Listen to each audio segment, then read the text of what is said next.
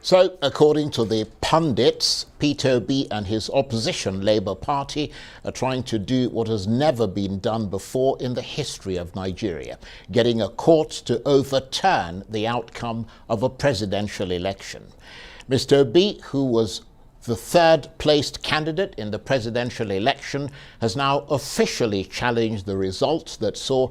Election petition is a matter for professionals, lawyers, and by our standard and general attitude, we allow the best to do justice. Units and more lots of collation centers across the country, because people were expecting that would form a significant part of your petition, that you would present evidence of manipulation, of fraud, of intimidation, of things that happened in those polling units as a way to strengthen your case. But I'm not seeing that in your petition. We hit them where they don't expect. I tell when I say Obi they come and I say, madam, go sit down. There is difference between Agbeo and best way enter class. Read book normally. I be people on a day. Welcome to Big Things God TV. TV where they give you now woto. Where they make your gola. Oh my God! Where they make your what they do? Ta. Who they check am? Another message, another bomb. I beg. I know to talk, no verse. You know, some of them don't like say they talk, no verse. I got see talks, when you understand. You get one video, one me now watch normally. I want me watch this video normally. Where be say corona up of Obi, don't come and say. You see not supposed to be too new. Where they boo boo. All those bats association. Una mosquete. Una go not say. Pikin what they put for back. Where mama back. Now they go. They give it. They go. May I live with my people. Make I live with them. Make una. Don't touch it. Oh, no. You watch until the end. Me you get the message. Hear from the horse's mouth. Obi is coming, baby. Obi they call. They crazy. They say waiting never happened before for the history of green white green. Don't they happen? Hey, may I live una. Oh yeah, watch out till the end. Oh. So, according to the pundits, Peter Obi and his opposition Labour Party are trying to do what has never been done before in the history of Nigeria, getting a court to overturn the outcome of a presidential election. Mr. Obi, who was the third-placed candidate in the presidential election, has now officially challenged the results that saw Bola Tinubu of the ruling APC party declared the winner, in addition to raising questions about the processes leading to the outcome of the election, which he and the Labour Party say were riddled with irregularities. They also argue that Mr. Tinubu should not have been eligible to run for the top office in the first place. Election disputes, of course, take months to resolve in Nigeria, despite the fact that the Constitution stipulates that, where possible, they should be concluded before a candidate is sworn in. So, what are their chances of overturning the results? Well, for more on this, I'm joined now in the studio by the vice presidential candidate of the Labour Party, Yusuf Datti Baba Ahmed. We've also given an invitation to the APC for them to come in and respond to this interview tonight, if they so wish. Thank you very much indeed for coming in. Most welcome, Charles. First of all, let's do some scene setting. Just crystallize for us the reasons you're going to court and what you want the tribunal to do. The election petition is a matter for professionals, lawyers, and by our standard and general attitude, we allow the best to do justice to those questions. As the candidate, I would rather hold on to the constitutional matters that are also inclusive in what you just asked me now. So if you may, let me proceed to speak about constitution. The Electoral Act, which is mainly what the lawyers are doing at the tribunal, is a process document. The constitution is a different document in its entirety. Nations exist because they have a constitution. A constitutional breach is a big issue. It's a make or break issue. We're not just talking about losing the election. We're now talking about a constitutional breach. Where you have a constitutional breach, there is no president-elect. I beg to say, by the standard meaning of Section 134, there is the clear interpretation of 134, and there is the INEC interpretation of 134. Now, I'm going to hold on to that. I'll stick to that, and I'll deliver victory on that. By that, I dare tell you, with all humility, we do not have a president-elect in Nigeria today. What Alhaji Tinubu is holding is a dud certificate, is a dud check. There are no funds in that account. It will bounce. You cannot swear in a president whose certificate of return assaults the Constitution, because the Constitution is the platform on which a presidency rests, and when that has been violated, it cannot sit. Mr. President, do not organize that handover. CJN, your lordship, do not swear in this man so long as that problem is not cured. Swearing in Alhaji Tinubu is as good as swearing in a military regime. They are both unconstitutional. Well, no, hold on. Yeah. This is the all-important thing now. But let me just make a quick disclaimer before you go. Before you do. Because he will be sworn in unless the courts find in agreement with what you're saying. So, listen, right. Let them swear him in for not 4 years, for 100 years. He will remain an unconstitutionally sworn in president. That's the point I'm making. Even if they swear him in, it is unconstitutional. That is our comfort, and that is our agitation at the same point. To save Nigeria, you have to cure that problem. Now, being the powerful that they are, it is even better for even us, the opposition, that they go and create additional 6% votes of the FCT from thin air and claim that they are the high and powerful and add it to his votes and swear him in with the 25%, than to go and swear in a president of the Federal Republic of Nigeria without 25% in the FCT, denied by the Labour Party, us. Now, my take.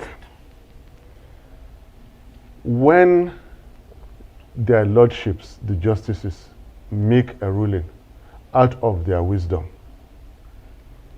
the common man on the street and you and I will listen to the judgment and will understand the judgment.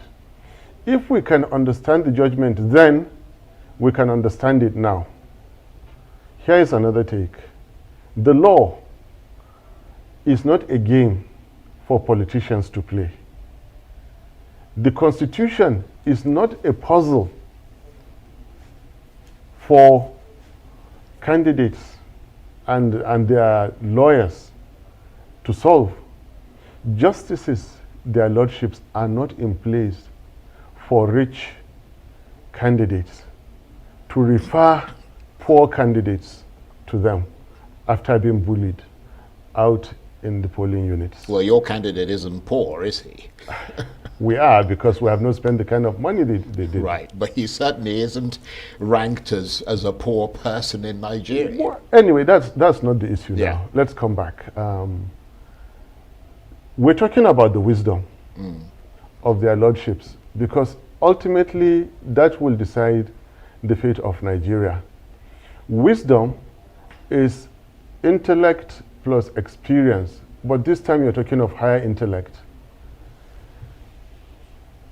Intelligence is comprised of 5 qualities, and I'm now going into educational psychology. I'm actually delving into philosophy, language ability, arithmetic ability, memory, logic, and creativity.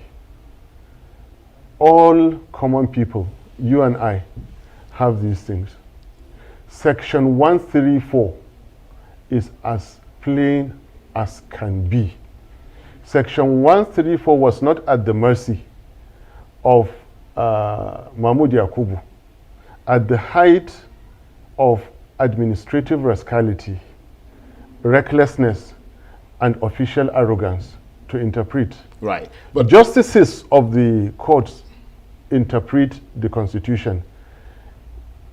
Executive officers follow instructions. right. But just for the sake of let me our finish. audience, Yes. just remind us of what Section 134 is. Section 134 says the president shall have scored, not in exact wordings, at 25% in each of at least 2/3 of the states of the federation and the federal capital territory. Yeah, but that's a question of, It could not be any clearer than this. interpretation. There is no interpretation. Well, I told you, Yeah. the Constitution is not a puzzle to be solved. The Constitution is a document simplified to be followed. Yeah, but that's one of the grounds on which you're filing I told you a I am petition. holding on to that, because right now, technically speaking, constitutionally speaking, security speaking, we do not have a president-elect by the standard definition of Section 134, but by INEC definition, they have proceeded to give a certificate of return. And I'm telling you that even if they swear in Alhaji Tinubu, it is an unconstitutional and will continue to be. Yeah, but that's just an one of the unconstitutional. grounds on which The you're rest filing a of- complaint. Charles, you're not following me. Charles, I you're not understand following what you me. mean, but let me just make Yeah. this point Yeah. just briefly, and I apologize for interrupting you. Yeah. But that point that you're holding on to Yes. has not been clearly determined by legal precedent. So we've got senior advocates of Nigeria arguing on both sides of the fence, for and against. Can I answer you? Yeah. Even those who argued against us in this case ended up helping our case, that the FCT has been adjudged to be a state. Now, if it is a state, where is the 25% of FCT? They don't have it. Because the Constitution Section 134 says in each of and the FCT. It could not be any clearer than this. Well, that is why I painstakingly Right. took, I painstakingly took, ultimately when they use their wisdom to decide. They will come back to tell you what you and I will understand on an ordinary day. That ordinary day was yesterday, is today, is tomorrow. We can read Section 134, we can understand it, we can interpret it. And for God's sake, let me say once again, the Constitution is not a puzzle, it's a working document. It is the bedrock of a nation's life. But obviously it is the platform on which you swear in a president. If you violate it, use power, use anything to swear in a president, he will forever continue to be an unconstitutional president. Now, do you want to have an unconstitutional president in Nigeria? No. For the sake of democracy, I repeat, even if it means they create 6% and add to Yeah. that ticket to me, This is the time for advocacy to be added to the legal proceedings. Well, I mean, if the entire world, right, fill the Nigerian public space. If the courts find in his favor and find against you, then the issue of constitutionality doesn't arise, does it? I mean, do you trust the legal process in Nigeria? Quite frankly, I have said it before now that now I do not. But it is no reason for us not to go. And I have given my reasons not to trust. It is very clear that you do not contest two offices at the same time. An important exalted office like the Senate President today, contested presidency, lost to Alhaji Tinubu, and now is an elected senator. What else are you going to tell me? I repeat, the Constitution is not a puzzle. The law is not a game that politicians should play. Justices, their lordships, are not in place for rich politicians to refer smaller politicians to, so that they do what they feel they can do. Right. Now, law, not just Nigeria, law is at stake. Because when the high and mighty do what they feel like and brazenly change the meaning of clear provisions of the Constitution, law does not exist anymore. Right, but as I said, we would have to await the interpretation of the courts in order to be clear on that. But Charles, I just want to go through I need to clear something with the you. grounds on which you're actually, I mean, you've mentioned I need one to clear something with ground you. and perhaps a second one. But I mean, we've heard that your petition argues that Mr. Tinubu should not have been eligible to run for the office of president. On what basis do you say that? You would have heard about the organized private sector. There is the world of organized crime. And organized crime is dangerous. Organized crime actually is danger itself. And let me go back a bit in history. Not Nigerian history. You insisted in asking this question, so you should bear the brunt of the answers. In the America's 1930s, the people like Ben Siegel. In the 80s, that drug lord who threw a justice from the helicopter. And now you have El Chapo, who can always get himself out of prison. Anything that has to do with drugs is nightmare to a nation. Right, so that's I'm one of telling the, you, yes, yes. that's one of the grounds on That's which one of, you're you filing. asked for it, let me answer you. Don't sure. run away, don't run away, I'm Charles. not running You away. asked, I'm you asked. simply trying to find the grounds. I'm not trying to. I'm asked. not trying to indict anybody. You can't I stop just want me. the You grounds. can't stop me. So that's You so asked. that's one of the grounds. We have to be careful what we say because it's in court in any case now. So, but what I'm curious to know is that, I mean, people expected.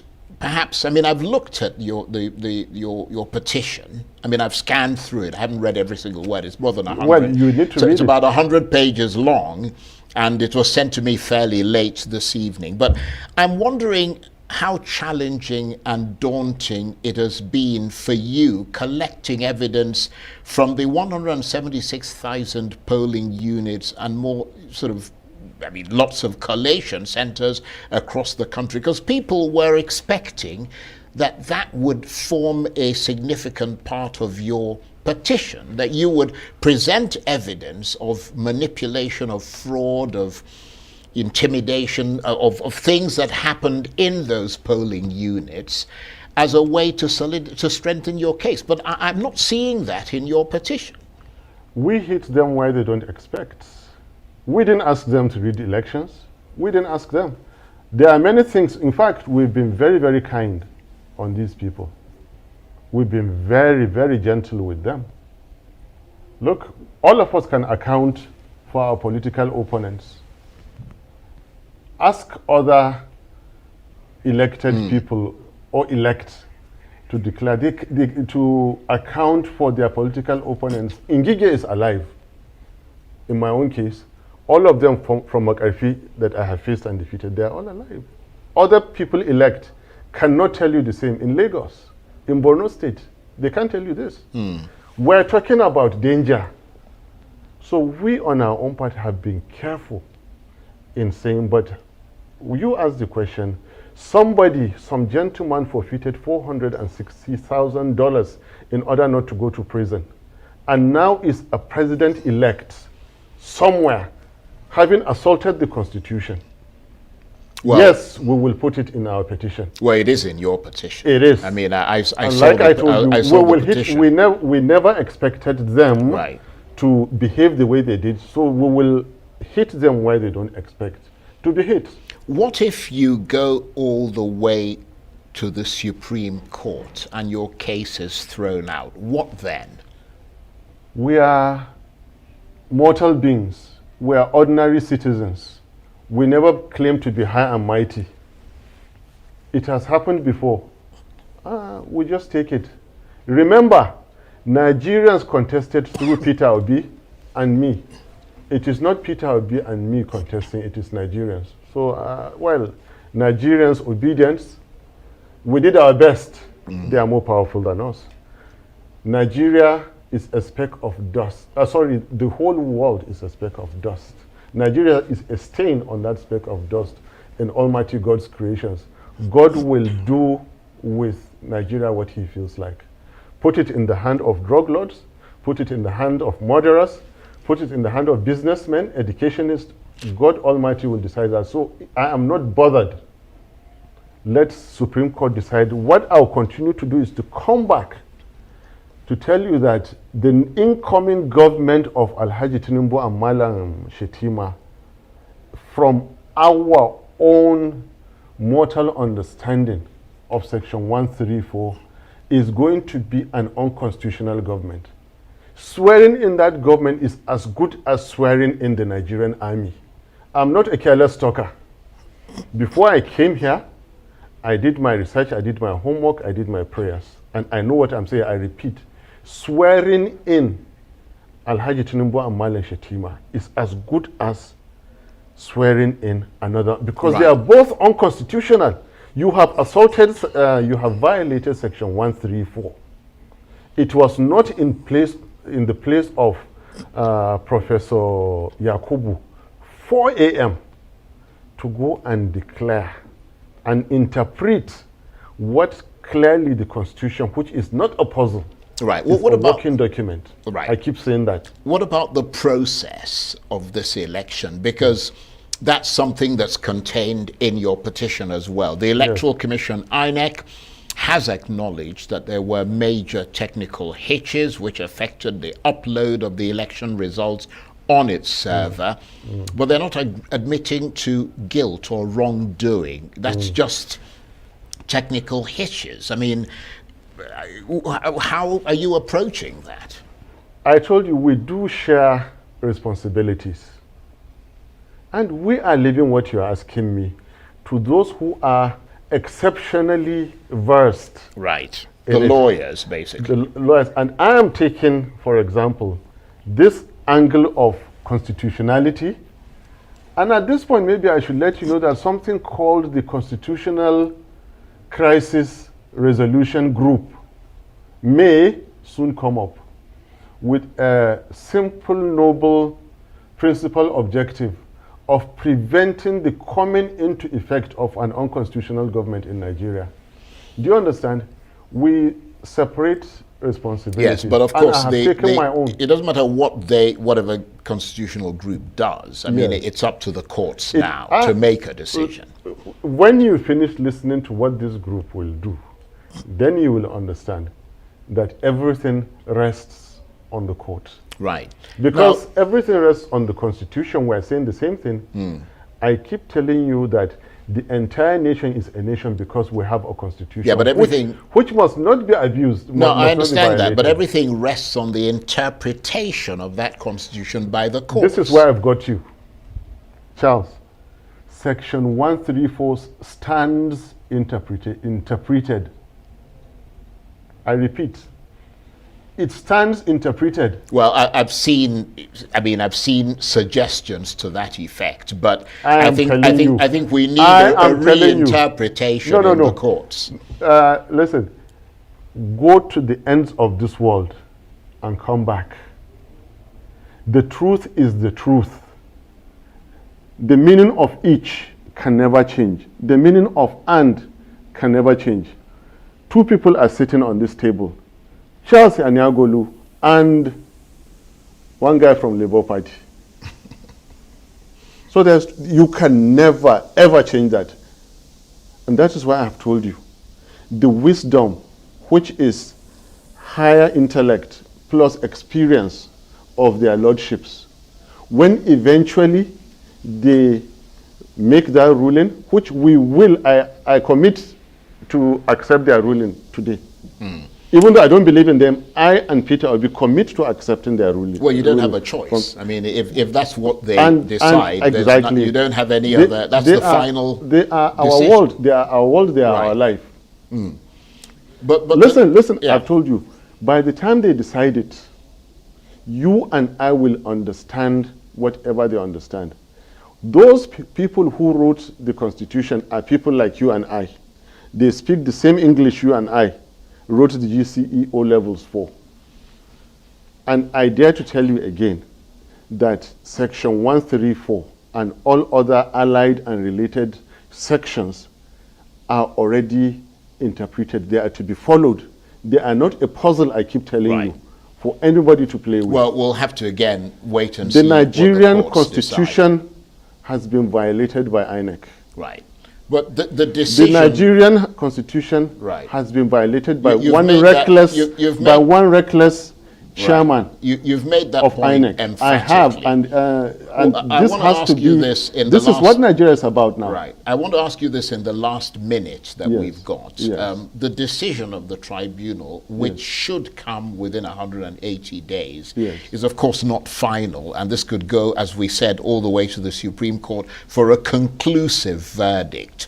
So it could take upwards of a year, perhaps even longer.